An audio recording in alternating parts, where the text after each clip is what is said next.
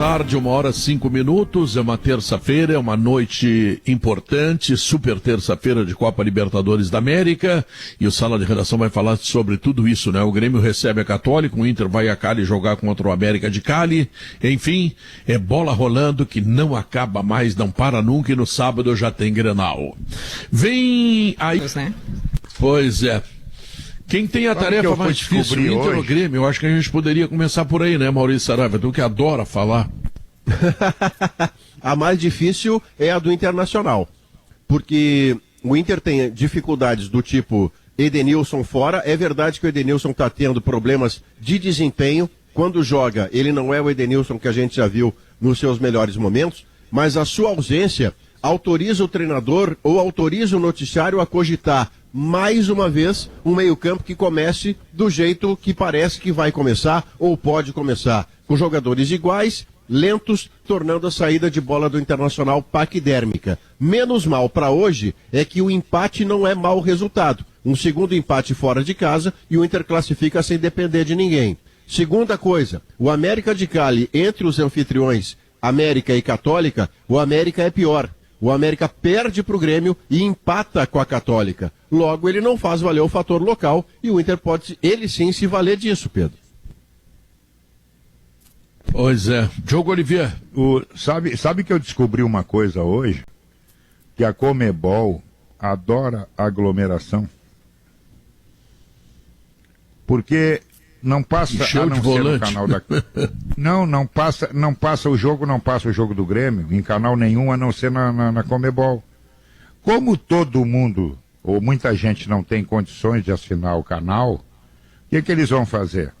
Eles vão para a casa dos amigos. Olha só o problema que a Conmebol arrumou, hein? Olha só. O cara não tem condições de assinar o canal. Muito bem, e aí o que eu faço? Mas meu amigo assina. Então vamos tudo lá pra casa do cara, vamos ver o jogo. Pois é, tu sabe que o fato da Globo ter saído da Libertadores faz com que a gente tenha que, digamos assim, estudar particularmente rodada a rodada para saber onde é que o jogo está passando. E mais do que isso, mais da metade da população brasileira não tem acesso a esses jogos, porque os canais que são escalados Exatamente. não têm alcance. Então, do ponto de vista nacional, do interesse nacional das pessoas que gostam de futebol, a Globo não estar presente é um negócio assim arrasador de ruim. Tá? E a outra questão é o seguinte, os clubes do futebol brasileiro estão revoltados com o Flamengo também por aquela reunião com o Bolsonaro, em que ele quer que o mandante tenha a distribuição do jogo, por duas razões. Primeiro, porque eles assinaram um contrato e honram o contrato. A Globo tem contrato com os clubes de futebol brasileiro até 24. Quem assinou tem que honrar. Senão é vigarista, bagaceira, que é o que o Flamengo está conseguindo ser. E a segunda questão é a seguinte, eles dependem desse dinheiro. Mas assim, dependem umbilicalmente desta grana. A Globo paga sempre, antes, muitas vezes, resolve problemas, dá dinheiro adiantado, e eles não enxergam este tipo de parceria em outro local. Então, fazer o quê, né? Sabe que o Flamengo tem na manga? O Flamengo tem na manga futebol livre, que também é traduzido por futebol de faroeste. Porque o que o Flamengo propôs, e acabou bem sucedido, é rasgar aquilo que está previamente acordado e mudar a regra no meio do jogo. No meio da disputa de uma competição, muda-se a regra de televisionamento. Não, se você quiser colocar para o ano que vem discutir, mas no meio, Pedro, no meio não. Isso é vigarista. Tu assina um contrato, tu é obrigado a cumprir. Se tu não cumpre o contrato e a outra parte com a qual tu assinou quer cumprir o contrato, tu tá errado. E agora os clubes todos estão contra o Flamengo, a CBF está contra o Flamengo, porque o Flamengo quer fazer baterna no Campeonato Brasileiro, como foi para a Justiça Comum no fim de semana. Esse ponto é importante, Pedro, porque a gente está vendo um enfrentamento em relação ao Flamengo, né? Você citou da CBF, e essa questão daquela que a gente debateu muito tempo aqui no Sala de Redação, dos direitos de TV para o mandante, não vai passar. Hoje, 102 dias que a MP dos direitos de TV, assinada pelo presidente Bolsonaro, está tramitando no Congresso Nacional, parada. Até agora, o presidente da Câmara, Rodrigo Maia, não indicou o relator. Faltam 18 dias para terminar o prazo, e aí volta tudo ao normal, volta tudo como era antes na questão dos direitos de TV. Para um jogo passar para ser transmitido, os dois clubes, mandante e visitante, têm que ter um acordo com a mesma emissora. Ou seja, essa o Flamengo não vai levar. Mas eles sabem, tá, que o presidente Bolsonaro e o presidente do Flamengo fizeram uma pataquada. Tu não pode colocar uma lei nova, certo? Tirando fora aquela lei que tem um contrato em vigor. Quando terminar o contrato, o presidente Bolsonaro estará à vontade para querer o melhor para o futebol brasileiro. Bom, aí duas coisas. Primeiro, eu não sei se vão conseguir o melhor para o futebol brasileiro que não seja a Globo. E segundo, bom, aí não tem mais contrato. Aí a Globo tem que entrar na concorrência e estamos conversados. Mas nesse momento, tanto o Bolsonaro como o Rodolfo Landim, façam o favor, né? É que o Flamengo, os clubes assinaram, né, Diogo? Tirando o Grêmio, o Fluminense, teve mais um, tô tentando me lembrar, São Paulo. Eles não assinaram um manifesto de apoio a essa MP. O Flamengo, é claro, articulou tudo, mas depois os clubes vieram juntos. Só esses três que não assinaram. Como disse o Gabardo, essa MP, que também não entrou em prática, né, porque... Serviu só no Campeonato Carioca, né? A Turner não está transmitindo os jogos que não são dela, a Globo conseguiu bloquear na justiça e tal, fazer valer o contrato que está em vigência, mas os clubes ali atrás, eles foram na onda do Flamengo também. É que o Flamengo só quer o seu bem. O Flamengo só quer o seu bem. O Flamengo só quer o seu bem, Pedro. Não, se deram conta, os clubes se deram conta que o Flamengo joga individualmente. Ele já estava querendo parar o campeonato agora porque teve problema com os seus jogadores, que eu até acho que nessa partida particularmente poderia ter parado mesmo, ter transferido esse jogo. Mas aí, como o Flamengo vem com uma série de coisas que só o interessam, é mais uma, bom, aí deu um reflexo negativo. O Flamengo tinha razão em pedir o adiamento do jogo, só que o que menos tinha autoridade para fazer isso era o Flamengo. O Flamengo voltou a treinar antes das autoridades permitirem, foi o que mais insistiu para voltar ao futebol, voltou antes do razoável, porque tinha gente morrendo lá no hospital de campanha, né? Quer dizer, pode discutir que tem que voltar ao futebol, de que maneira voltar, mas não assodadamente.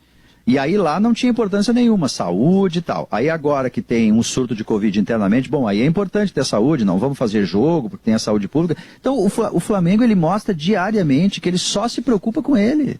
Ele não está preocupado com nada. Diogo, o rótulo que está pegando no Flamengo e basicamente no Landim é que o Flamengo é o novo Vasco e o Landim é o novo Eurico Miranda.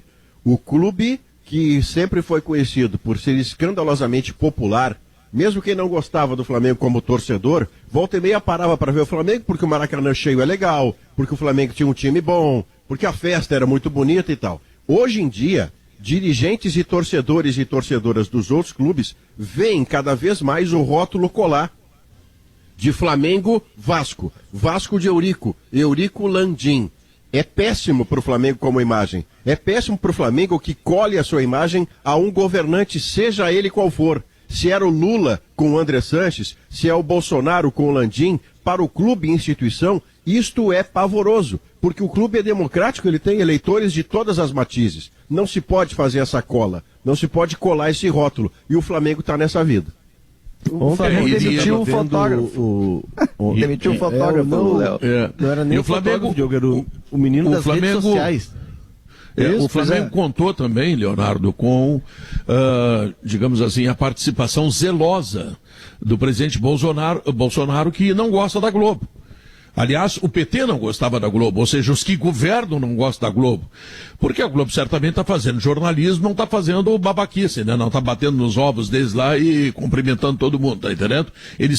A Globo faz jornalismo, critica, tem gente que diz, a Globo está querendo derrubar. Não, a Globo está fazendo jornalismo. Jornalista, tem problemas, o Brasil tem muitos problemas, o Bolsonaro faz muita coisa errada, está fazendo coisa boa também, vamos deixar claro. Olha, a notícia agora... Faz parte da democracia ter uma imprensa livre e forte. Claro, claro, porque tu pega o SBT, por exemplo, o SBT tá legal, mas tu não vê uma notícia como o Bolsonaro é uma maravilha, e tem coisa boa do Bolsonaro, vou te dar uma notícia, 30 quilômetros mais até o fim do ano, da nossa BR-116 aqui, que está indo assim, ó, muito muito rapidamente. A ponte do Guaíba vai ser entregue. Esse ministro, Tarcísio Gomes de Freitas, esse cara é um espetáculo. Ele está fazendo obra em todo o Brasil, está fazendo rodovia, ferrovia, está fazendo porto, está um espetáculo. Isso é o governo Bolsonaro, legal. Agora, o que não é legal, não é legal. E aí, bom, aí o Bolsonaro acha que a imprensa é um problema, que é tudo vagabundo, sem vergonha. Ele é parecido com o Trump, né? A gente sabe disso, tá? Só quero lembrar o seguinte, para o pessoal que não gosta do Bolsonaro não ficar muito alegre, que o PT fazia a mesma coisa com a Globo. Fazia a mesma coisa. Globo lixo não é uma expressão que foi trazida pelo Bolsonaro. É anterior ao PT, que fazia horrores, que roubava horrores do Brasil. E a Globo tá aí, né? Depois que o Bolsonaro entrou com essa história de críticas fortes à Globo, a Globo se consagrou, porque daí ficou o Lula, o PT, Bolsonaro, os bolsonaristas, bolsominions, tudo parecido, tudo parecido. Os dois dando pau. O Pedro trouxe uma questão ali de que as pessoas estão perdidas mesmo, né? Porque a gente sabia onde passavam os jogos. A gente sabia que passava quarta-feira à noite na TV Globo, que terça era no Sport TV. E agora, eu mesmo, e a gente trabalha com isso, a gente está lidando diariamente com isso, eu mesmo me perco. Eu me perco para onde é que eu vou ver o jogo, eu não consigo ainda me acertar. E tem uma questão de padrão de qualidade, né? A transmissão, o padrão de qualidade, padrão de narração, de reportagem, é um padrão elevado. Mas voltando ao Flamengo ali, Pedro, tem uma questão que ontem o Eric Faria, que é muito bem informado das coisas do Flamengo, está falando bem, amigos, o Flamengo tem um racha interno muito forte. Essa questão do domingo expôs isso porque o futebol queria seguir o protocolo, ir para o estádio no horário definido, e os jogadores estavam no ônibus e alguém da Gávea, porque lá é dividido. Se aqui tem o estádio e o CT, lá é Gávea e Ninho do Urubu. E alguém da Gávea deu a ordem para que os jogadores que já estavam no ônibus descessem e voltassem para dentro do hotel. E aí o Flamengo acabou chegando no estádio 15, 20 minutos antes das 4 horas do horário marcado, e dizendo que entraria em campo às 4h20, ele tinha até às 4h30. Então, essa postura do Flamengo, ela já está provocando uma cisão interna. E isso a gente sabe que é péssimo, né? É que o Marcos agora não viajou, né? Vamos deixar bem claro, né, Diogo? Aplausos, muitos aplausos para aqueles meninos do Flamengo, que junto com o Arrascaeta, que jogou uma barbaridade, olha, aqueles meninada deu um show de futebol e o Palmeiras não conseguiu ganhar deles. O terceiro lateral do Flamengo, o Ramon, joga no Inter e no Grêmio. Ô Maurício, ele é tratado lá no Flamengo como uma joia, e a gente viu no domingo por quê, né? E o goleiro também. Eu gostei muito da dupla de zaga, Otávio e Natan, uma dupla de zaga, 2 canhotos, isso é raro, e o Otávio inclusive passou aqui pelo Inter, acho que em 2017, esses meninos eles rodam muito antes de firmar em algum clube, né? Mas é o debate que a gente tá...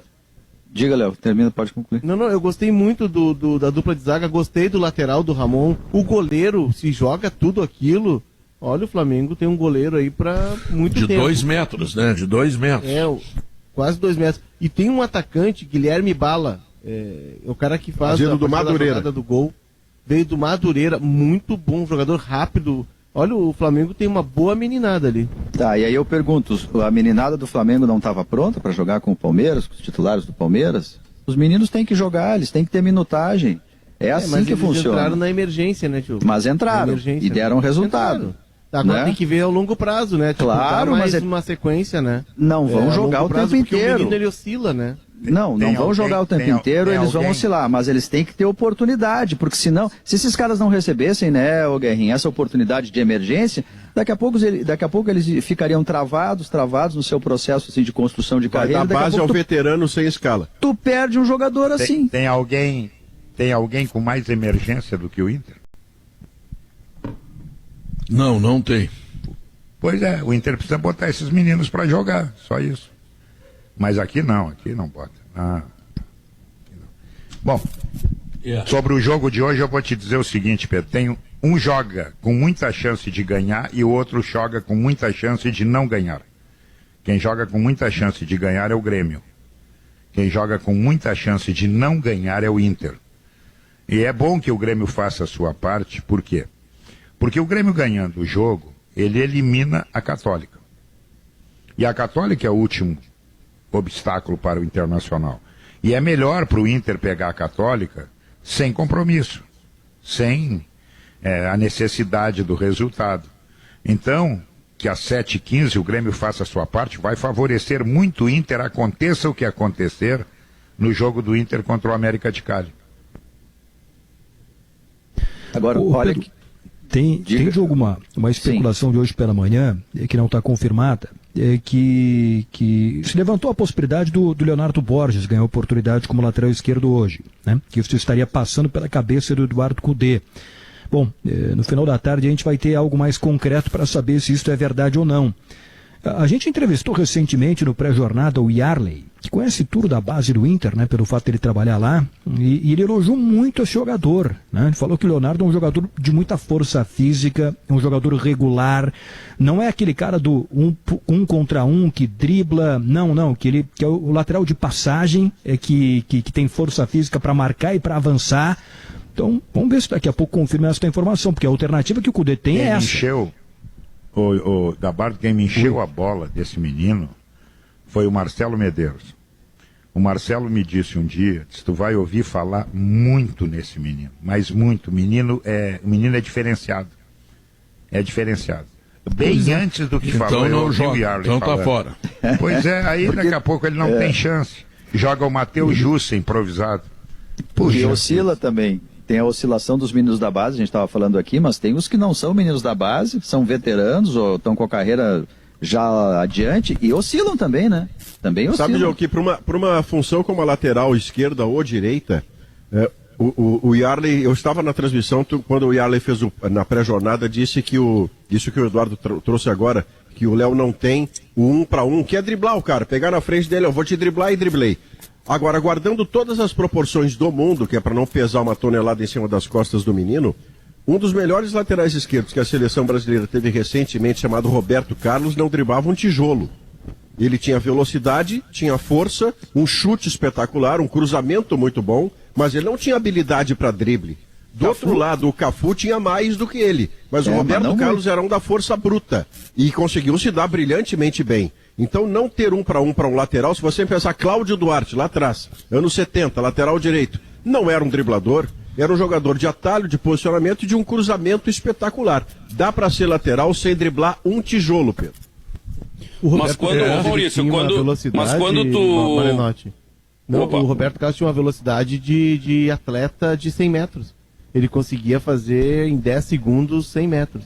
Era impressionante a força física que ele tinha, a explosão que ele tinha. Ei, Léo, e na verdade é o seguinte, né?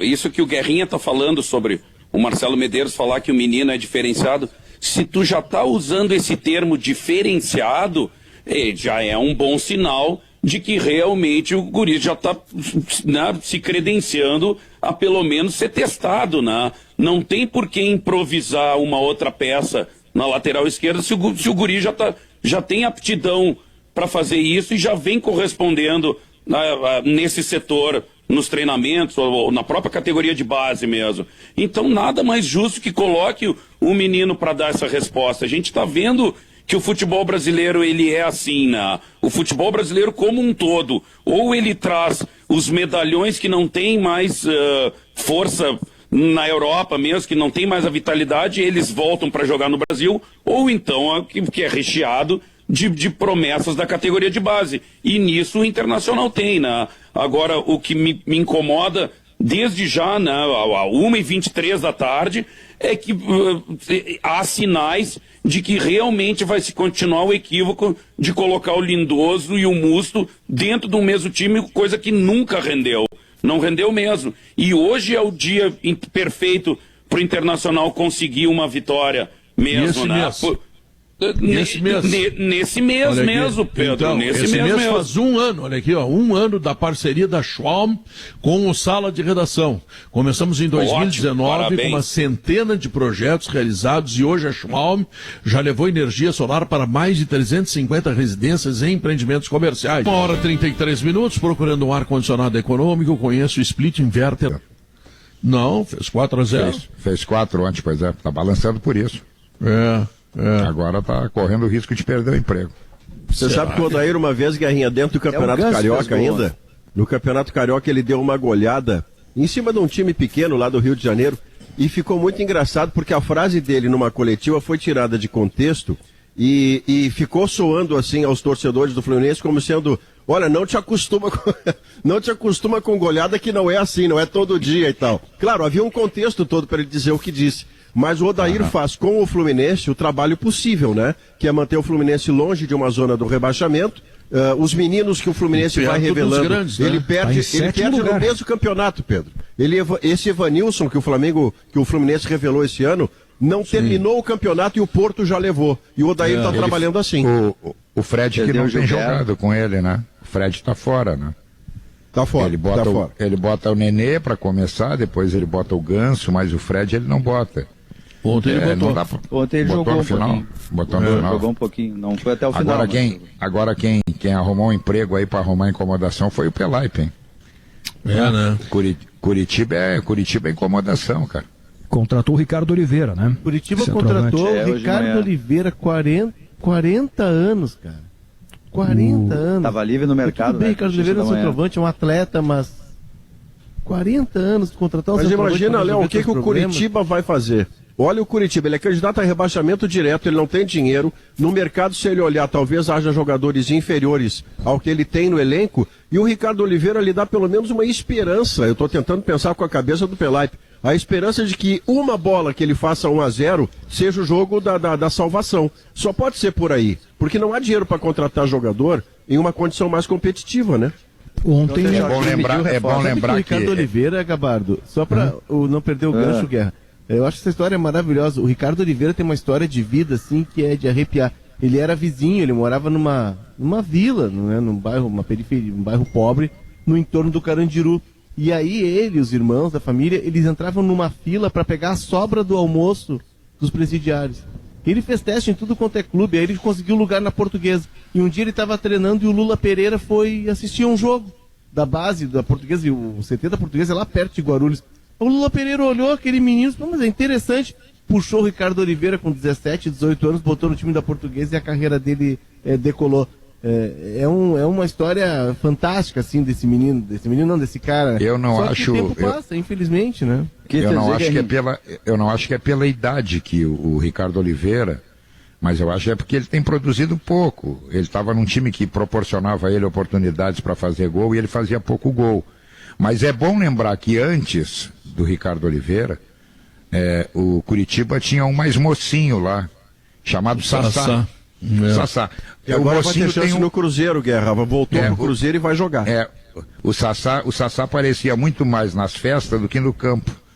Era mais fácil convidar ele para ir numa festa do que para dizer assim, tem jogo do Curitiba. E aí ele postava ainda, né? Ele é bem inteligente, ele postava na rede social que ele estava na festa e tal. Aí chamaram ele e disse, passa aqui no segundo andar ali, leva a caneta, porque tem um papel lá para te assinar.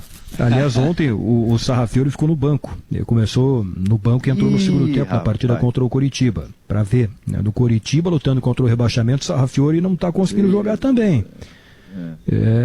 Não sei se ele vai ser tudo aquilo que se imaginava. Hein?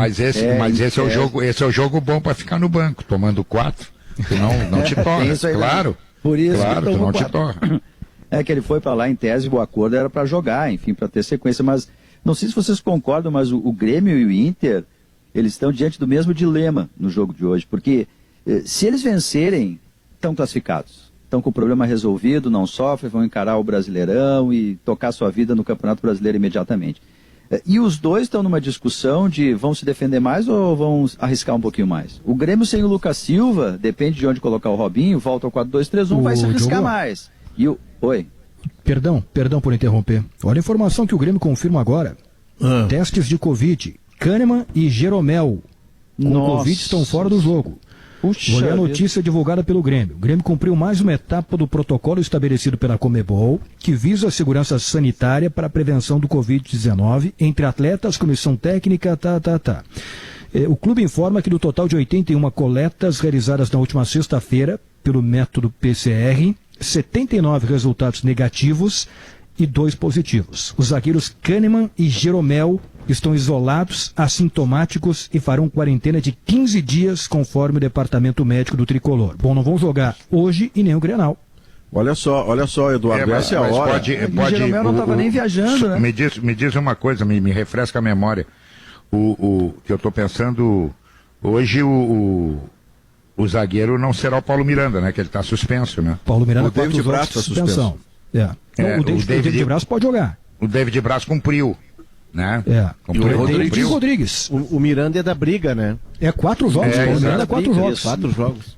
Então vai de... sim, o David Braz cumpriu no Grenal, claro. Isso, Perfeito. David Braz e Rodrigues. Então é Rodrigão e David Braz. O Rodrigão, o Tonhão, ele jogou muito bem no Grenal, né?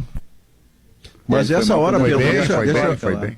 Aproveitar esse gancho, porque toda vez que, por exemplo, Independiente Del Valle está com 6 fora contra o Flamengo quarta-feira. O Flamengo teve aquele caminhão de gente. Hoje o Grêmio com esses 2. Essa é a hora em que se deve louvar o protocolo. O protocolo está impedindo, está impedindo que jogadores positivados vão a campo. Não houvesse o protocolo, aí sim o futebol seria uma atividade de risco, mas da maneira como o protocolo consegue proteger o jogo, os caras positivados não vão a campo, são quarentenados, ficam de lado e a vida segue. Brasileiro, Libertadores, no Gauchão foi brilhante, no Carioca foi brilhante, mas o protocolo é que garante, e aí está mantida, a segurança sanitária das partidas. Fora o jogo do Grenal do Flamengo contra o Palmeiras, né? Esse não deveria ter saído, né? Mas no Grenal, muito provavelmente, é Paulo Miranda e David Braz. Porque aí ele pode jogar. Sim. Certamente. É isso aí. Bom, agora, esse negócio de jogo de escalação que a gente faz a projeção, né? Pô, tudo depende do teste do Covid. Se a gente lembrar, o Inter, num jogo recente, ele não divulgou os testes. O Guerrinha trouxe a informação que o Wendel não jogaria um pouco antes do jogo pelo teste de Covid. Então tem que ver o Inter pro jogo. E de hoje o Inter não fez a divulgação dos exames ainda. O Grêmio acabou de fazer. Então vamos ver o que vai ter no Inter também. O Inter se equivoca com isso, Eduardo. O Inter tinha que fazer o protocolo do Grêmio. Você tem que anunciar antes, o cara tá positivado. Ele não vai virar um. Ele não é um sujeito, Guerrinha, para virar assim, como é o leproso. Não se trata disso. Me tira outra dúvida. Mas parece, Maurício, outra dúvida. Que passa pelo Deixa atleta. Deixa eu saber uma dúvida aqui. Em Guerra. Eu quero saber uma dúvida. O Internacional que o Gabardo se refere, como viajou, o Inter não fez o teste antecipadamente e já sabe para levar os jogadores que podem ir ou não? Eu suponho que sim, Guerrinha, mas o que acontece é que o Inter também não divulgou a lista de quem viajou. Embora eu tenha conseguido algum tipo de informação com os jogadores que estão lá, mas o Inter também não fez essa divulgação de quem viajou de forma oficial para a Colômbia. Mas em Alguém tese, acha sim, que isso ganha jogo, Eduardo? Me diz isso, começa por você. Uma coisa como essa tem assessoria de imprensa, se eles são proibidos de divulgar o que está acontecendo. Mas isso deve ser orientação da direção, do treinador. Evidente que não é o Tucci, ou sei lá quem é o cara que comanda hoje lá. É alguém que tem um cargo como o presidente Marcelo, que é um comunicador nato. O presidente Marcelo Medeiros sabe se comunicar, ele sabe do que estamos falando. Isso de não dar a lista de quem viaja, isso de não dar se o cara está positivado ou não, e depois vai se saber, porque quando o Wendel não vai a campo e o Moisés não pode jogar, por que o Wendel não foi a campo? Porque ele é bobo feio? Não, porque ele está com corona. Qual é o problema? Ai, meu pai. Geralmente a ordem vem de cima. Eu estava dando uma olhada aqui em Guerrinha. Agora mesmo eu estava dando uma pesquisada aqui, me preparando para o jogo da Universidade e Grêmio, pegando informações da Universidade. A Universidade colocou no Twitter dela a lista dos relacionados de quem estava vindo a Porto Alegre. E eu acho que não perdeu nenhum pedaço. Não teve turbulência no avião e nem entregou carta pro adversário, né? Segredo pro adversário. O Guerrinha tem razão. Geralmente essas medidas vêm de cima. Eu vou lembrar um caso. Claro, Guerra. O Mário Sérgio, quando veio treinar o Inter, o Mário não tinha nenhuma ideia assim, né? De fechar treino. Nunca pensou nisso. Não, treino é aberto. O Mário é daquele tempo. E aí chegou aqui no Beira-Rio e o Pífero disse para ele, olha, os treinos aqui são fechados. Como fechados? Não entra ninguém. E ele teve que se adaptar àquilo, mas não foi o treinador que pediu. A ordem veio de cima. Ninguém entra. E aí o Mário se adaptou àquela ideia de treinar fechado. A assessoria de imprensa do Internacional, entre os que viajam com o clube, que estão junto com o time de futebol, os que fazem a rádio, a TV, os que fazem impresso, sei que mais, beira a 50 funcionários. Para quê? Você não vai dizer quem é que está viajando naquilo que... Porque é muito mais importante dizer... Eu acho que esse é um setor que funciona com 48, Pedro. Não precisa 50. Então, 48 basta. Então, mas tem, Pedro, tem... Não, eu sei, mas aquilo que é essencial do clube, não é dizer para mim que a grama foi trocada e que aquele resto de grama foi colocado não sei aonde. Não, para mim, sabe, que o museu não sei o que. Para mim o essencial do Internacional é quem viajou e quem vai jogar. Porque o Internacional, fora ser time de futebol, ele não é nada. Como o Grêmio, como o Palmeiras, isso é o que interessa, isso é o que interessa para o torcedor. Para o torcedor é isso que interessa. O torcedor quer saber quem é que foi, quem é que não foi. Mas tem uma questão, e aí eu posso falar com um pouco de propriedade, embora já faz 4 anos. Eu fiz uma imersão na assessoria de imprensa do Inter porque a minha dissertação de mestrado era em cima dessa mídia dos clubes, que é um novo tipo de jornalismo, que é a mídia das fontes e tal, que as fontes agora elas têm os próprios veículos e elas divulgam como elas querem. E eu, na minha dissertação de mestrado, eu estudei a mídia dos clubes. Escolhi o Inter aqui pela proximidade, né, e tive um acesso, na época, no Gerson, que até foi nosso colega na RBS TV que coordenava a mídia do Inter, e foi muito legal. E eu pude entender um pouco o funcionamento. O que acontece? Assim como o clube é dividido em Beira-Rio e CT, a mídia também tem isso. E o pessoal que fica no Beira-Rio faz um trabalho espetacular, questão de redes sociais, de conversar com o torcedor, de comunicação com o torcedor, de proximidade. A gente não tem ideia do quanto essa comunicação da rede social aproxima o torcedor. Aí tem a questão do futebol, e aí o futebol tem uma particularidade, e na época até foi relatada alguma dificuldade de ter um estagiário para fazer as redes sociais dentro do vestiário e tal, porque é um ambiente em que tem muita desconfiança, é um ambiente meio sagrado. E aí, ali tem meio que regras próprias, que não passa por esse pessoal da mídia. Não, tá bem, tá bem. Eu acho que é uma bobagem, eu concordo contigo. Tá bem, eu acho que o departamento de futebol, Leonardo, ele tem que ter todas as reservas. Porque são coisas que são íntimas do vestiário e que não merecem sair para a rua sob pena de criar um ambiente que não é conveniente ao clube. Mas não é a lista para viajar, né, Pedro? Claro, a relação dos jogadores que vão viajar não é mas isso. Aí é um desrespeito com as pessoas, é desrespeito com os profissionais. Com os torcedores. As pessoas, os torcedores que querem saber o time que vai jogar, para poder pensar como é que vão ver o jogo, como é que discutir com os amigos, como é que vão fazer, com os profissionais que estão lá e tem que ficar cuidando se sai o cara do ônibus. Parece uma briga desnecessária, sabe? Não precisa, eu acho falta de respeito. Mas aí é uma coisa restrita do futebol, Diogo, né? Só para explicar um pouco esse funcionamento, é restrita do futebol. E eu também acho. E eu acho um desserviço. Eu acho. Mas não adianta o pessoal da presidência dizer que botaram um vaso de flores. Não adianta dizer que botaram um vaso de flores na sala anterior do presidente Marcelo Medeiros. Ninguém quer saber isso aí, rapaz.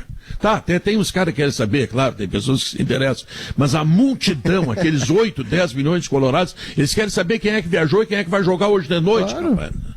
Não interessa, isso interessa também, porque daqui a pouco tem uma dona de floricultura que é eleitora, né? Que é eleitora. Estão falando junto. É um voto, né? É um voto. O que é, Leonardo? E aí ficam os repórteres, fica uma batalha, assim, parece por uma informação que é trivial. Os repórteres filmando, e o Gabardo, que é repórter, seguido tá fazendo, ficam filmando aí, tem que estar identificando os jogadores, o jogador tá de boné e máscara. É um desserviço, porque daqui a pouco a gente vai dizer que um jogador vai confundir, porque muitas vezes é noite, aí o cara tá de máscara, boné, sendo que não custa nada entregar a lista. Nenhum time vai se posicionar diferente no jogo porque tem a lista dos relacionados. O América de Cali divulgou ontem a lista dele, segunda-feira pela manhã antes da viagem. A Católica também. E aqui a gente tem essa cultura de esconder. A lista é uma coisa, o time é outro. O time pode esconder até a hora que pode. A hora do regulamento. Até a hora do regulamento. Agora, a lista não altera nada. Olha, viajou fulano, Beltrano, Ciclano, e aí deixa até uma dúvida na cabeça do torcedor. Qual será o time que ele vai escalar com esses caras aí? Sim. E agora, aí, provoca isso. Essa notícia do teste positivo do Jeromel e do Kahneman é terrível pro Grêmio, né? Porque eles estavam prontos, o Jeromel estava já recuperado da lesão muscular, eles estariam voltando a jogar juntos, né? Nessa partida da Libertadores e no Clássico Grenal, que é extremamente importante pro Grêmio no momento decisivo. Olha que notícia terrível pro Grêmio, em 2 jogadores do mesmo setor, os 2 tiveram um teste positivo para a Covid. Mas menos mal. Eu não sei, Pedro, eu não sei se tu vai chamar o intervalo, isso? Não, cedo. Não, é que aí eu não sei se a gente, quando o Gabardo corretamente interrompeu para dar essa notícia bomba aí, né, de não ter o Jeromel Kahneman para o Grêmio, a gente estava tentando discutir assim, qual é que vai ser a decisão do Grêmio? Vai manter o meio-campo mais povoado, que está começando eventualmente a dar certo, ou porque tem que ganhar o jogo e daqui a pouco volta com o 4-2-3-1, arrisca um pouco mais, mata o jogo e resolve a sua vida. Agora, sem o Jeromel e o Kahneman... Sem o Jeromel e o Kahneman, eu não sei se o Renato não vai ter reforçado a ideia. Não, para um pouquinho. Eu não vou ter os meus dois caras que no mano a mano resolvem, eu vou ter que proteger eles melhor ali na frente para pelo menos não perder o jogo. Não, mas são coisas assim. Eu vou te antecipar o que o Renato vai fazer. Hoje, ele vai botar o Tonhão, tá? Porque ele não tem o Paulo Miranda, certo? E ele vai ter que achar alguém para botar do lado dos dois piticinhos ali, senão ele vai ter problema de novo. Ele tem que ter um volantão. Um time alto, assim. Eu acho que não, Pedro. Eu acho que ele recua o Matheus Henrique para a primeira função. Ele vai com o Matheus Henrique e aí bota Robinho e Darlan na linha de 4 na frente. Três baixinhos. Se quiser voltar pro esquema antigo 4-2-3-1, o Robinho de meia central, bota Darlan e Matheus alinhado, três baixinho. Ele muda o Robinho não é baixinho, Pedro. O Robinho é estatura mediana, não é baixinho. Baixinho. Pedro, é a Católica vocês podem ter certeza de uma coisa. A Católica hoje não será nem sombra do que foi naquele jogo contra o Grêmio lá. Nós vimos a Católica em Porto Alegre já, esse ano. Não, hoje quem vai para decidir a parada é o Grêmio. Não é a Católica. A Católica vem aqui hoje para tentar não perder. Pensando no quê? Aí no último jogo na minha casa, eu tento alguma coisa. Vou tentar uma cartada lá. Vou torcer para empatar Inter e América de Cali. E aí eu tento ganhar do Inter, e aí o Grêmio ganha do América de Cali e eu vou brigar lá, não sei como. Não pensem que a Católica será o que foi na casa dela. Uma coisa interessante, Guerra, que a Católica fez na sua casa para ganhar do Grêmio com aquela sobra, foi 2-0, podia ter sido 5. O atacante principal da Católica jogou no corredor, o ponto de partida dele era o corredor direito defensivo, como um ala, o Fuensalida, e de lá ele vinha completamente desmarcado, e com a experiência dele de atacante, a invenção dava certo assim, ele botou bola na trave, ele foi um dos melhores jogadores, ele só foi abaixo do Push, que é aquele meia que joga pelo corredor esquerdo. Então a minha curiosidade em relação à Católica jogando contra o Grêmio fora, é se contém o Fuensalida a mais para ficar parado defendendo e ele não sabe defender, ou se já o coloca como um atacante, não como um homem vindo de trás, e se o Push também vai ter aquela criatividade toda que teve no jogo do Chile. Porque criatividade, em tese, antes da partida começar, será o grande problema do Grêmio, que supostamente precisa da vitória, ou gostaria da vitória por estar jogando em casa. Seguindo a cartilha do Guerrinha, eu vou dizer o seguinte: o jogo mais fácil do Internacional nessa temporada foi contra essa Católica dentro do Beira-Rio. O Internacional deu um chocolate nesse Chile, não jogaram absolutamente nada. Eles só fazem presença lá naquele campinho deles lá. E fez o saldo. Fez o saldo. Eu só não digo que o jogo está jogado a favor do Grêmio, porque tem uma peça do Grêmio que está devendo. E essa peça não pode dever porque complica os jogos do Grêmio, chamado Diego Souza. O Diego Souza não está conseguindo mais fazer gols. O último dele foi de pênalti. Então, só por isso eu não digo que o Grêmio é uma barbada. Só por isso. Agora, eu faço uma outra pergunta para... E o Jean-Pierre, quando é que vai voltar? Isso é uma questão... Faz uma pergunta mais fácil. Essa é a santíssima trindade, Eduardo. Um cara que ficou mais de meio ano para recuperar uma lesão muscular do ano passado, mais de meio ano, que agora está há mais de mês recuperando uma outra lesão muscular. Que mistério é esse nas fibras musculares de um dos jogadores mais raros do futebol brasileiro? A informação que eu tenho é que ele já está treinando, né? Ele está recuperado. Talvez possa ficar no banco hoje, talvez não. Para começar, não, né? Para começar, ele não vai ser escalado. Mas para o Grenal, certamente ele vai ter condições. Mas que foi demorada, novamente, esta recuperação acima do esperado, foi. Acho que não há dúvida nenhuma disso. Mas a boa notícia é que ele está aí, está praticamente voltando, né? Se não for hoje, para começar não vai ser, no Grenal ele deve ter condições. E depois das duas aí, Diogo, acho que até a gente pode falar um pouco das questões de mercado, né? Porque tem o Juliano, livre do mercado, tem a atualização sobre o Cavani, essa questão de mercado está está bem movimentada, entrando na reta final da janela europeia e da reabertura da janela para jogadores que vêm de fora aqui para o Brasil. Não, eu ia só lembrar que o Guerrinha disse que o Diego Souza ele passa a render menos, Guerrinha, quando o Grêmio muda o desenho tático. Quando sai lá do 2-3-1 e joga com o meio campo mais reforçado. Ele fica mais isolado na frente. Eu acho que tem a ver aí com o posicionamento do Grêmio. Deixa eu lembrar aqui, ó. Por isso tem esse debate aí. Gimo Álcool. São 2h03. Estamos de volta com o nosso Sala de Redação, que tem Gimo. Hein, Guerrinha? Olha, eu vou dizer, enquanto o Guerrinha está lá respirando... O Guerrinha pelo amor de Deus, né? O Guerrinha não conseguiu... Por favor. Não, Fico mas preocupado, não. É o seguinte, hoje mesmo no Esportes ao Meio-Dia eu falei, Pedro, se o Cudê quiser botar o Marcelo Lomba de 9, é direito dele. A decisão é doida, mas é legítima, porque ele é pago para tomar as decisões. Não, o que me é espanta... Maurício, não, é legítima, ele é pago para tomar decisão. Não, botar o goleiro de centroavante. Mas, não, Pedro, entenda o que eu estou dizendo. Ele é pago para tomar decisão. A decisão que ele tomar é problema dele.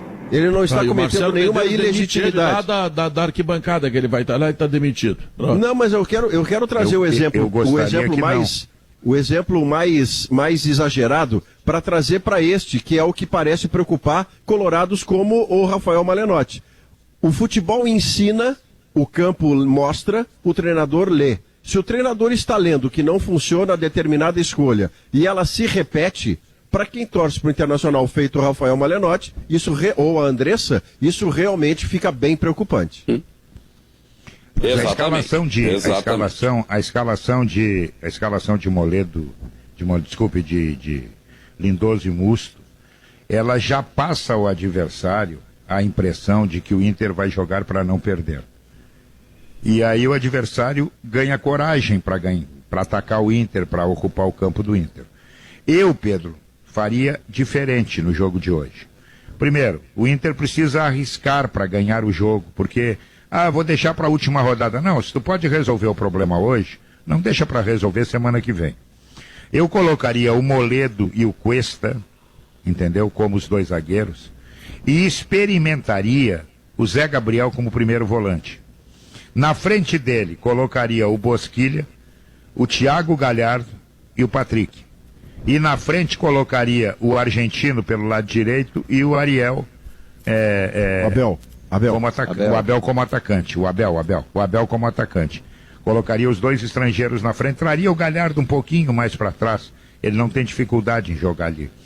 Faria um time para tentar marcar um gol, para tentar ocupar o campo do adversário. Mas acho que não vai acontecer isso. O histórico do Cudê não remete que isso possa acontecer. Remete à escalação de Musto com o Lindoso jogando centralizado na linha de 3. O que significa que o Inter não terá de novo um jogador para armação. Não terá. Terá o Bosquilha por um lado e o Patrick pelo outro. Ele pode, né, Guerrinha? E aí ele começa a jogar contra a torcida, Guerrinha, né? Porque, eu já disse aqui, repito reiteradamente que sou um cudezista, não quero a demissão dele, e eu tenho esperança que ele faça um bom trabalho, e eu sou daqueles que acham que a esperança é a última que morre. Ok, mas a esperança também às vezes fica fraca também, né? Com o cara repetindo os mesmos equívocos que já se provaram em campo que não funciona, então ele realmente quer bater de frente com a própria torcida também, né? E é a torcida que faz força para acreditar no trabalho dele. Esse é o problema. Eu duvido muito, Malenotti, que vai jogar. Se o melhor Inter, Léo, se o melhor Inter, que a gente já viu, não tem Musto e Lindoso, por que insistir com os dois? O melhor Inter não teve esses dois jogadores. Se tu tem o Nonato ou o Praxedes, mas especialmente o Nonato que pode fazer essa função de meia central, tô sendo pragmático, para continuar com o mesmo desenho tático dele. Pronto, tá resolvido. O Lindoso faz ali a função na frente dos três zagueiros, o Nonato ou o Praxedes podem fazer a função de meia central, e acho até que seria interessante ter um cara de velocidade do lado do Galhardo, e não o Abel Hernandes, porque ficam dois jogadores se sobrepondo. Bom, mas aí pelo pensamento do Cudê, tá voltando o Potker hoje, né? Não, mas Malenotti, vendo tudo que ele já fez na temporada e tal, a ideia de jogo dele, primeiro, eu acho que ele não vai de Musto e Lindoso. Ele não vai, porque se ele tiver o Patrick de volta, zero chance, porque o Patrick é o cara que com ele o Inter tem, até o Vitor La Regina ontem pediu um depoimento para usar na RBS TV, me passou os números, é 63% de aproveitamento e sem o Patrick cai para 25%. Então é um cara que se tornou muito importante. Então se ele tiver o Patrick de um lado, o Bosquilha vai fazer o meio, como ele sempre faz, porque se ele botar Musto lindoso, primeiro, o Bosquilha vai jogar do lado direito, que vai ficar torto. Dificilmente ele joga por ali. Então ele tendo o Patrick, é Patrick na esquerda, Bosquilha no meio, e aí o Marcos Guilherme, que é o cara que mantém uma ideia de jogo, de velocidade, de intensidade. Embora eu acho que o Marcos Guilherme está muito longe de entregar o que se espera dele, mas seria Marcos Guilherme, mas de novo Patrick, Marcos Guilherme. Abel, mas é o que... É que o único cara de velocidade que ele tem é o Marcos Guilherme, que está muito mal. Esse é um problema do Inter. Não tem nem driblador e nem um cara de velocidade. Mas é o Praxedes, Pedro, é a minha opinião. Eu acho que dá para jogar o Nonato ou o Praxedes. Eu acho que eles deveriam ter mais oportunidade. Deveriam. Mas Marcos Guilherme também não faz nada, absolutamente nada. Agora, uma coisa que me apavorou no Grenal foi o Matheus Jussa, né? Meu Deus, eu pensei que eu vou insistir, eu acho que, pelo que eu recebi de informação, existe a possibilidade sim do Leonardo, o Leonardo Borges, começar como titular da lateral esquerda. Vamos ver se vem a confirmação durante a tarde. Mas existe esta possibilidade, porque realmente o Jussa foi muito mal no Clássico Grenal. E não tem uma outra alternativa, né? Neste momento, não tem outra alternativa. Pedro, se você me permite, já que vamos ver um negócio aí. 3 nomes, deixa eu falar de 3 nomes aqui. Primeiro, vocês lembram que lá pela metade de agosto a gente falava muito do Alexandre Pato no Inter? Pois já se passaram 40 dias e nada. Não aparece uma especulação sobre o futuro do Alexandre Pato. Ele está parado. Sim, hoje ele quer ganhar 700 mil para não jogar nada. Pensa que alguém é bobo de novo. Aí não tem como, né? Hoje ele publicou nas redes sociais que em breve ele vai estar em algum clube aí. Mas o tempo está passando, já vamos completar quase 2 meses e nada. Segundo jogador, Juliano. Hoje ele anunciou o rompimento do contrato dele com o Al Nassr da Arábia Saudita, está livre no mercado. O Grêmio está monitorando a situação. É um jogador que se encaixaria bem aqui.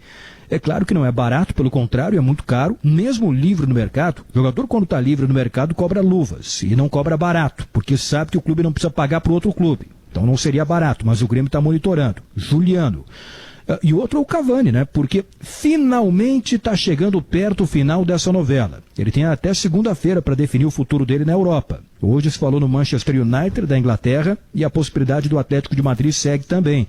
Ontem à noite ele estava curtindo um churrasco em Paris com alguns ex-colegas do Paris Saint-Germain. Engabado. Oi, Duda. Mas não, só rapidinho, ele não seria inscrito na primeira fase, né? Porque se ele vai para qualquer clube, passa da segunda fase, ele pode ser inscrito. Tipo, é uma primeira fase de inscrição dia 5 de outubro. É isso. Mas, também só para... Exatamente. Mas tem também, de fato sim, mas tem também a questão do encerramento da janela de inscrições do próprio futebol europeu, que termina em outubro também. Mas isso aí mesmo, tu tá sem clube? Pelo fato de estar sem clube até poderia, mas é que você não pode inscrever o jogador, né? Bom, aí tem que ver, uma questão que fica em aberto, mas por tudo que eu recebo de informação, até segunda-feira tem que se definir. Até segunda-feira tem que se definir. Isso eu imagino, até por todas essas notícias aí, o Real Madrid uma época se ofereceu, aí sei lá, o Diego Costa sai, não sai, ele pode ir pra lá, tem muita especulação, tipo assim, ele tá aí se jogando pra tudo que é lado. Pode ser, óbvio, que sobre só a América do Sul. Pode ser, sim. Eu acho que sim. Bom, hoje, né, Duda, o jornalista Jorge Nicola, lá de São Paulo, informou que o empresário do Jean-Pierre, aqui do Grêmio, está trabalhando na tentativa do Grêmio para trazer o Cavani. O empresário do Jean-Pierre é o Igor Zeybrucker, que, por exemplo, está fazendo um trabalho aí com a Success Sports na gestão da Chapecoense, né? Que está muito bem na Série B do Campeonato Brasileiro, foi campeã catarinense. Ele é empresário de outros jogadores também, além do Jean-Pierre, do Cortez, de outros atletas do Grêmio, e tem uma entrada muito forte na Europa, no Mônaco. Ele tem uma parceria lá, uma amizade muito forte com o CEO do Mônaco. No próprio Paris Saint-Germain, ele tem relações importantes lá também. Então, esta seria a ponte do Grêmio com o Cavani. Ele não me confirmou esta informação, mas foi uma informação trazida pelo jornalista Jorge Nicola. Bom, de parte do Grêmio, a situação é essa. O Grêmio, nesse momento, não está fazendo movimento nenhum. Se até segunda-feira não se definir nada, se ele não definir, né, que vai ficar na Europa, aí o Grêmio pode voltar a fazer contato. Mas, no momento, tem que esperar, não adianta. E o Atlético Mineiro também tem interesse na contratação dele. Enquanto isso, Pedro, o homem está curtindo um churrasco em Paris, foi o que ele fez ontem à noite por lá. Mas em relação ao Juliano, Eduardo, tem uma coisa que alguém da mesa que se autorize uma explicação, eu não consigo chegar a uma conclusão de qual razão o Juliano tem tanto mais identificação e desejo do Grêmio, da torcida do Grêmio pelo seu retorno, do que o Internacional, onde ele foi campeão da Libertadores, onde ele foi o melhor jogador da Libertadores escolhido pela Conmebol sem ser titular do time do Inter, e portanto sai consagrado. Ele saiu para o exterior, ele não saiu para o clube brasileiro. E no entanto, cada vez que se fala da volta do Juliano para o Rio Grande do Sul, a cogitação é Grêmio, onde ele não botou faixa no peito, ele jogou 100 partidas e tal, mas ele não foi campeão, ele não foi protagonista no Grêmio, e é o Grêmio quem o coloca sempre no radar para poder trazê-lo. Alguém arrisca essa explicação? Eu não compreendo. No Inter não só campeão da Libertadores, como o melhor jogador da competição, goleador sendo reserva. Olha só que coisa de louco, né? Era um momento espetacular desse jogador. E o gol que ele faz no jogo final contra o Chivas Guadalajara, que ele dá uma cavadinha em cima do goleiro, deixa o goleiro despentelhado no jogo, meu Deus do céu. Ele fez o gol da fumaça. Ele fez o gol do título contra o Estudiantes de La Plata. Aquele gol do Andrezinho. Do Inter na... O gol da fumaça, era né? em Lomas de Zamora, né? O gol foi do em título. Quilmes. Porque o Inter estava fora. Fumaça. Foi em Quilmes. Isso. E agora sobre o que o Maurício falou, é interessante, né? Porque... Juliano... Né, Léo? Hein, Gabardo? Ele tem 30 anos, Gabardo. 30 anos de idade. O que o Maurício falou é interessante porque o Juliano, ele atua no Grêmio no começo deste ciclo vitorioso. Ele sai do Grêmio antes do primeiro título da Copa do Brasil. Mas ele estava naquele time que logo depois veio a ganhar tudo que a gente acompanhou. E pelo que a gente acompanha, assim, o Juliano, ele construiu relações dentro do clube que ele considera muito importantes, com funcionários, com integrantes da direção. Ele criou esse vínculo, né? E ele se sentiu muito confortável no Grêmio. Então, vamos ver o que vai acontecer. Não sei se o Grêmio vai fazer proposta, mas está monitorando a situação. E nesse momento, o Inter tá fracionado na direção, briga política, movimento daqui, dali, tem eleição, e aí discute o que falaram lá para sair uma parte da situação, desembarcar para fazer uma campanha. Isso tira o foco. O clube acaba não tendo atenção assim para questões específicas. E o Grêmio está mobilizado para isso, né? O Grêmio está unido, conseguiu construir ali uma união. E o Inter, ao contrário, ele vem se fracionando e cada vez mais. O Marcelo Medeiros, o Eduardo Cudê e o Rodrigo Caetano, eles vão praticamente tocar o Inter até o final agora, né? Porque saiu todo mundo. Mas vamos deixar claro o seguinte: a derrota para o Goiás, para o Fortaleza, não passa por briga política. Não passa por briga política. Só o empate do São Paulo que passa por briga política. Não, eu estou falando disso aí agora. A briga política é tão grave que 12 dirigentes, uma dúzia, abandonaram o Internacional e foram fazer política na oposição. Olha, eu te confesso que eu nunca tinha visto uma vassourada dessas, alguns por livre e espontânea vontade de sair e outros que foram demitidos mesmo. O presidente Marcelo Medeiros os demitiu. 12 pessoas ao mesmo tempo deixar o clube, olha, puxa. Incluindo, não foi falta de integrante do Conselho de Gestão, né? Incluindo um integrante do Conselho de Gestão. Não, quem é? Que agora, a partir da próxima eleição... Oi? Humberto Busnello. O Busnello. Ele entregou e o João Patrício não saiu por detalhe também, né? Não, porque não quis. Ele não quis. Ele não quis. Ele seguiu porque ele é eleito. Até a última eleição, Pedro, o presidente, o primeiro vice e o segundo vice eram eleitos. Com a mudança no estatuto, os 5 integrantes do Conselho de Gestão serão eleitos, né? E o Busnello era um convidado. Para tu ver como o Inter está desunido. Era só adiar essa eleição até fevereiro, quando termina de verdade a temporada, e não manter a temporada de antes da pandemia, que não existe mais. Era só fazer isso e estava resolvido o problema. O Rodrigo Oliveira entrevistou o João Patrício Herman e ele disse o seguinte, Guerrinha, olha a frase do João Patrício para o Rodrigo Oliveira sobre a reunião e a discussão dele com o Marcelo Medeiros. Ninguém botou o dedo na cara de ninguém, ninguém se levantou da cadeira e ninguém precisou apartar nada. Mas teve sim uma discussão ríspida E o presidente acabou rompendo com os dois movimentos importantes da base. Agora, foi quente essa reunião, hein? O Inter de tá hoje falando sobre o Juliano. O Inter de hoje é o Grêmio de ontem.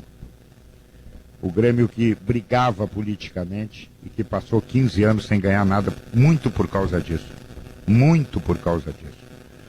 Um clube, eu não tiro o direito das pessoas postularem dirigir o clube. Não, eles têm todo esse direito. Agora, tem formas para que isso vá acontecer. Não é com essas brigas públicas que estão acontecendo, não é com essa desunião que está vendo aí, que o Internacional vai chegar a lugar algum. O Grêmio, um dos grandes triunfos do Grêmio, deve ser mencionado e deve ser colocado na conta de Romildo Bolzan, que apaziguou o Grêmio. Apaziguou. E, bem ou mal, o Grêmio deu o saldo. O Grêmio voltou a ganhar. O Inter hoje é uma gororoba de política, entendeu? Eu não sei quantos movimentos tem. Eu não sei. Entendeu? Tá tudo errado. Não, a hora não é de brigar, a hora é de unir. Achar um ou dois candidatos, entendeu? Que vão para a eleição, que têm o direito. Agora, essas picuinhas, essas brigas que estão acontecendo, elas só prejudicam. Vide o que aconteceu no Grêmio em recente passado. O Grêmio, quando estava brigado politicamente, e era claro isso, não estou dizendo aqui nenhuma novidade, o Grêmio não ganhava nada. Então tem que mudar essa coisa. Historicamente, Grêmio e Inter sempre, quando conseguiram sucesso, eles estavam pacificados. O Inter lá de 2006, 2010, ele estava pacificado politicamente. Fernando Carvalho tinha conseguido fazer uma costura política, trabalhou muito para isso. Mas o caldo político do Inter, ele transbordou agora. Mas ele já vem borbulhando, olha, há pelo menos uns 3 anos. A questão política do Inter, ela sempre esteve muito quente. As reuniões do conselho sempre foram muito tensas, muito debate, muito acalorado. A situação política do Inter, ela não é de agora. Agora transbordou. E transbordou porque chegou um momento em que a eleição foi marcada. E havia uma proposta de que a eleição pudesse ser adiada, ela não foi adiante. 2 vezes, né, Léo? Uma lá atrás e depois o Sigma. É um erro porque ter eleições do Vasco, tem eleições no meio da temporada, o São Paulo, isso atrapalha muito o futebol. Pela temporada peculiar que a gente está tendo, essa eleição deveria ser em fevereiro, mas a questão política do Inter, ela transbordou agora, mas ela já vem há muito tempo. A reforma do estatuto no ano passado, cada um dos 7 itens que foram votados, foi uma batalha, e teve grupo que votou com um lado num tópico, e depois votou com outro no outro tópico, para vocês verem como está a situação política do Inter. A desunião do Inter começou mesmo, assim, claro, ela vai tendo um pontinho aqui, e daí vai enchendo o caldo. Mas lá na discussão da reforma do Beira-Rio, lá antes de 2010, lá é que começou. Ali teve um corte decisivo e não se juntou mais. Sim. Deixa eu dar uma informação antes do intervalo da Folha do Funcionalismo. A informação foi divulgada há pouco pelo governo do estado. 48% dos servidores recebem amanhã, dia 30. Isso é para quem recebe até R$ 2.200. Depois disso, o próximo pagamento está previsto para o dia 9 de outubro, no valor de R$ 1.800, quando a folha chega, então, integral para quem recebe até R$ 4.000 de salário. E será finalizada no dia 13 de outubro, essa informação divulgada há pouco pelo governo do estado. Muito bem, intervalo comercial e nós voltamos para finalizar o programa. Ele me manda a revista Gol, que tem uma capa maravilhosa chamada Galhardia. E aí ele faz uma matéria muito interessante, o melhor início dos meus 12 anos como jogador profissional. E uma outra matéria ainda com o Galhardo, da gigante Petrobras ao gigante do Beira-Rio. E faz também uma matéria dos 500 jogos do D'Alessandro. Então, tá na banca, né?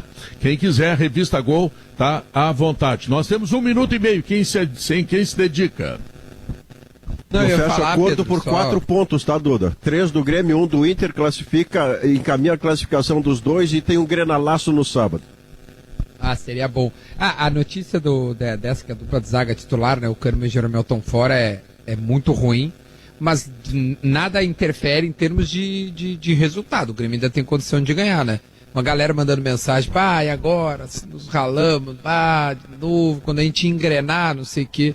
É ruim. Mas assim, tem condição. Não é um bicho de 7 cabeças, não vai enfrentar um time assim, fora do comum, né? É um time que dá pra ganhar. Agora, que sincronia, hein? Jeromel e Kahneman, eu vou te dizer um negócio, cara. Eles adoecem juntos, né? Olha, até isso os caras pegam junto, cara. Vou te dizer um negócio. Que sincronia. Tá bom. Deixa eu chamar o Alemão, porque o Alemão vai nos trazer agora as manchetes que vão nos levar para o Gaúcha Mais, que já está chegando. Fala, Alemão.